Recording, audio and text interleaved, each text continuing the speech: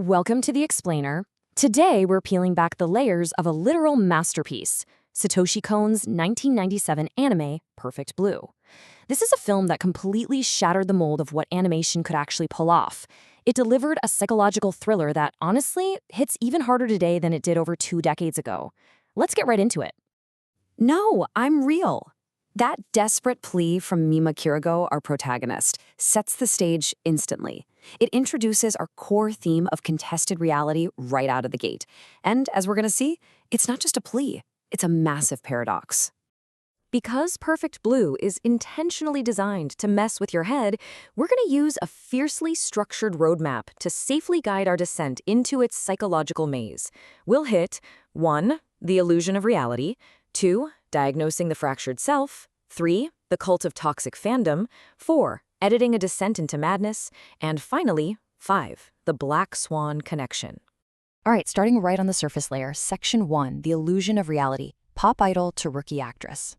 The whole thing kicks off when Mima leaves her pristine, squeaky clean J-pop group Cham to chase down an acting career in a really gritty TV drama. And the second she makes that pivot, her world completely fractures.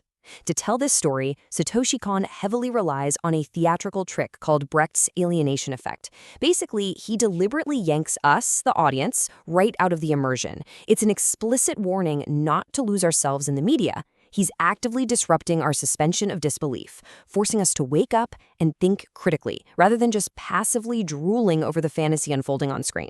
Think about René Magritte's super famous painting of a pipe. It's got the caption, "This is not a pipe," because, well, it's just a painting of one, right? Kon pulls the exact same trick. When Mima looks dead into the camera and insists, "No, I'm real," it's a massive cinematic lie. She is fundamentally a constructed fantasy. She's an animated drawing trying to convince you she breathes. And it's just this brilliant, perfect mirror for how celebrities craft these entirely artificial personas that we just blindly accept as reality. Moving a little deeper, let's hit Section 2, Diagnosing the Fractured Self, the psychology of Mima and Rumi. So the film takes dissociative identity disorder, or DID, and explores it on these wild meta levels.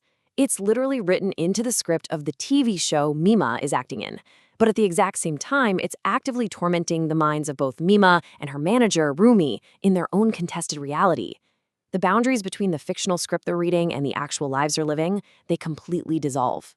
And listen, this isn't just Satoshi Kon throwing in some artsy psychological buzzwords. It is strictly clinical. Japanese researchers actually mapped this out and tracked exactly 37 distinct instances of DID symptoms across Mima and Rumi's character arcs. Look at that massive spike right there. 13 instances of derealization alone. Kon was painstakingly animating a legitimate psychological breakdown step by step. What we're watching is an impossible thematic tension. On one side, you have pop idol Mima. She's this innocent, pure, completely chaste fantasy. On the other side, you have actress Mima, darker, compromised, living in a really gritty reality. The mental pressure of trying to hold both of those completely incompatible identities in one brain is exactly what shatters her psyche. And that's what leads to those terrifying hallucinatory doppelgangers that literally try to destroy her. Peeling back another layer brings us to Section 3, the cult of toxic fandom, parasocial obsession in the web age. This part is genuinely chilling because it is so prophetic. Decades before the toxicity of modern internet culture, Kon showed us how obsessive fans, armed with early web tools, basically willed a destructive spectral idol Mima into existence. You've got that deeply unsettling Mima's Room website meticulously documenting her private life. You've got Mima Mania's violent stalking and pure entitlement, the industry's disgusting pressure to force her into non-consensual sexualized roles, and Rumi's own lethal obsession with preserving Mima's pure idol image.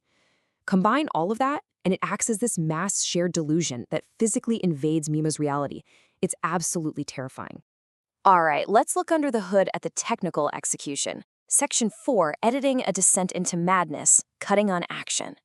This is where Kon absolutely short-circuits our brains using a technique called cutting on action. By mapping out this looping, paradoxical sequence on a timeline, you can see exactly how his rapid editing deliberately collapses time and space to mirror Mima's intense claustrophobia. Watch this. Take 1. She wakes up, has tea with Rumi, shoots a scene, and spots a stalker. Okay, take 2, she wakes up again, here's the exact identical news broadcast, but this time a teacup shatters and a murder happens on set. Take 3, she wakes up, but now there are bloody clothes in her closet, and she flubs a line on set. Kon makes us, the audience, lose our grip on reality at the exact same moment Mima does.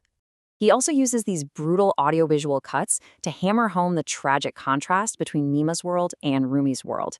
He'll cut directly from the loud, spinning, chaotic adoration of Mima's pop concert straight into the quiet, totally mundane grocery store where Rumi is just shopping. It builds this really unexpected thread of empathy beneath all the psychological horror, showing us 2 entirely different lifestyles on a deadly collision course. Finally, let's zoom out and look at the legacy. Section 5, The Black Swan Connection, a blueprint for Hollywood. You might have heard this before, but it's absolutely true. Darren Aronofsky's Academy Award-winning film Black Swan is built from the exact same narrative and thematic bricks as Perfect Blue. I mean, look at the parallels. Both start with innocent, sweet girl beginnings in pristine pink and white bedrooms. Both feature intensely controlling, jealous mother figures.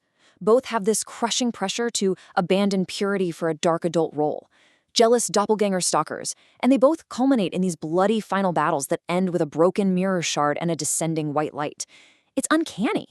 Aronofsky essentially took Kon's intensely complex characters and themes, remodeled them into a ballet setting, and created his own masterpiece of psychological horror. The comparison is just undeniable. Mima is a pop singer transitioning to gritty acting, plagued by a hallucinated pure idol. Nina is a shy ballerina transitioning to the Swan Queen, plagued by a hallucinated dark double. Same skeleton, different flesh. Since Perfect Blue is ultimately a masterclass warning against uncritical media consumption, we really have to ask ourselves how much of our own reality is being blurred by our digital obsessions. Are we losing our own identities to the digital reflections and parasocial fantasies we consume every single day?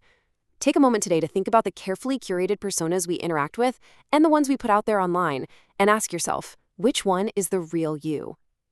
Thanks for exploring this brilliant film with me today. Keep asking questions, and I'll catch you in the next explainer.